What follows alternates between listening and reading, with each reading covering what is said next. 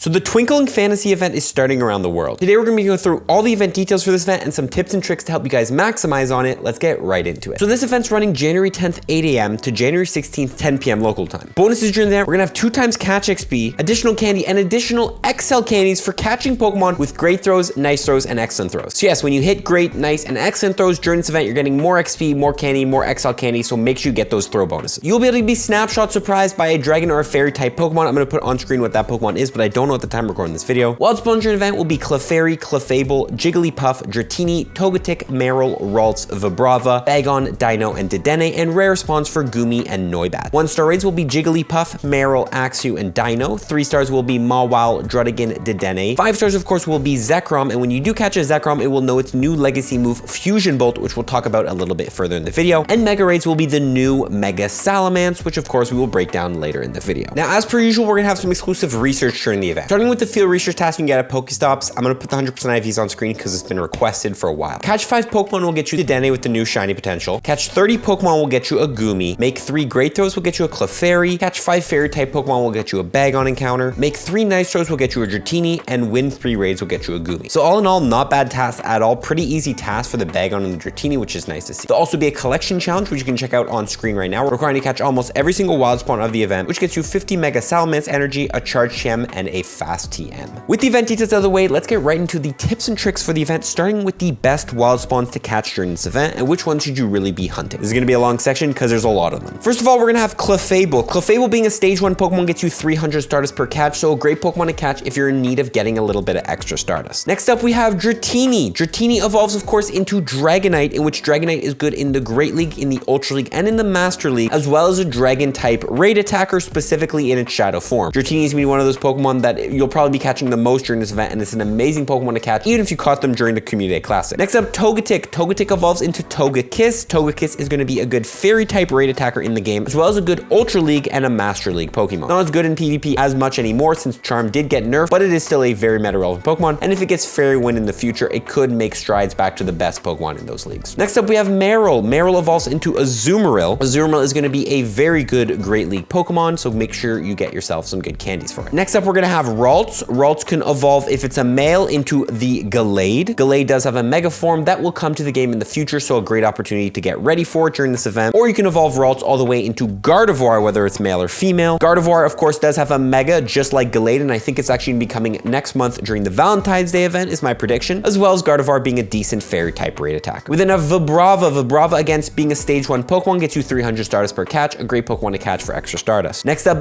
Bagon. Bagon, of course, evolves into Salamance, in which Salamance is one of the best Dragon type raid attackers in the game. In its Shadow form, it's the #1 Dragon type raid attacker in the game, as well as, of course, does have Mega Salamance, which is actually dropping during this event, so a great opportunity to get candies, XL candies, and good IVs for Mega Salamance if you don't have one yet. We then have Dino. Dino, of course, evolves into Hydreigon. Hydreigon is going to be a very good Dark type raid attacker in Pokemon Go, so good to get candies, as well as the middle stage of Dino, Zweilous, is a good Great League Pokemon, especially for some limited metas, so you can go ahead and get that for the Great League. We then have Dedenne. Dedenne, of course, is going to be good for some limited Great League metas. Things like, I think it was the Holiday Cup it does pretty well in, or any cup sort of where there's allowed Fairy type Pokemon, but it does have play in some limited Great League metas. We then have Goomy. Goomy evolves into Goodra, and Goodra is not bad in some Master League Premier metas. Also, there is the Hisuian form of Goodra, which you can prep candies for if that Pokemon is going to be any good by catching these Goomies in the wild. Finally, I will just say a lot of these Pokemon have rare shinies, things like Shiny Dratini, Shiny Bagon, Shiny Dino, the new Shiny Dedenne dropping this event, and even Shiny Noibat. So not only should you be hunting for meta relevant Pokemon, but if you get any of these shinies of these Pokemon, they're great trade bait to try to get good lucky trades. That moves us on into the raids. What are going to be the best raids during this event? In the 1-star raids, we already talked about most of it, except Axew is in there as well. Axew evolving into Haxorus. Haxorus is not a bad Master League Pokemon. It's not the greatest Pokemon ever, but you can have some play in the Master League with it. In the 3-star raids, we have Mawile in there. Mawile, of course, does have Mega Mawile, which could come to the game in the future, so great chance to get some good IV ones. I still need a good IV Mawile. We have Druddigon in there, which Druddigon does have play in the Love Cup and some other limited Great League metas where most of the meta is banned. That moves us on to the 5-star raids of Zekrom. Zekrom with the new legacy move Fusion Bolt. People are probably wondering, is Fusion Bolt any good?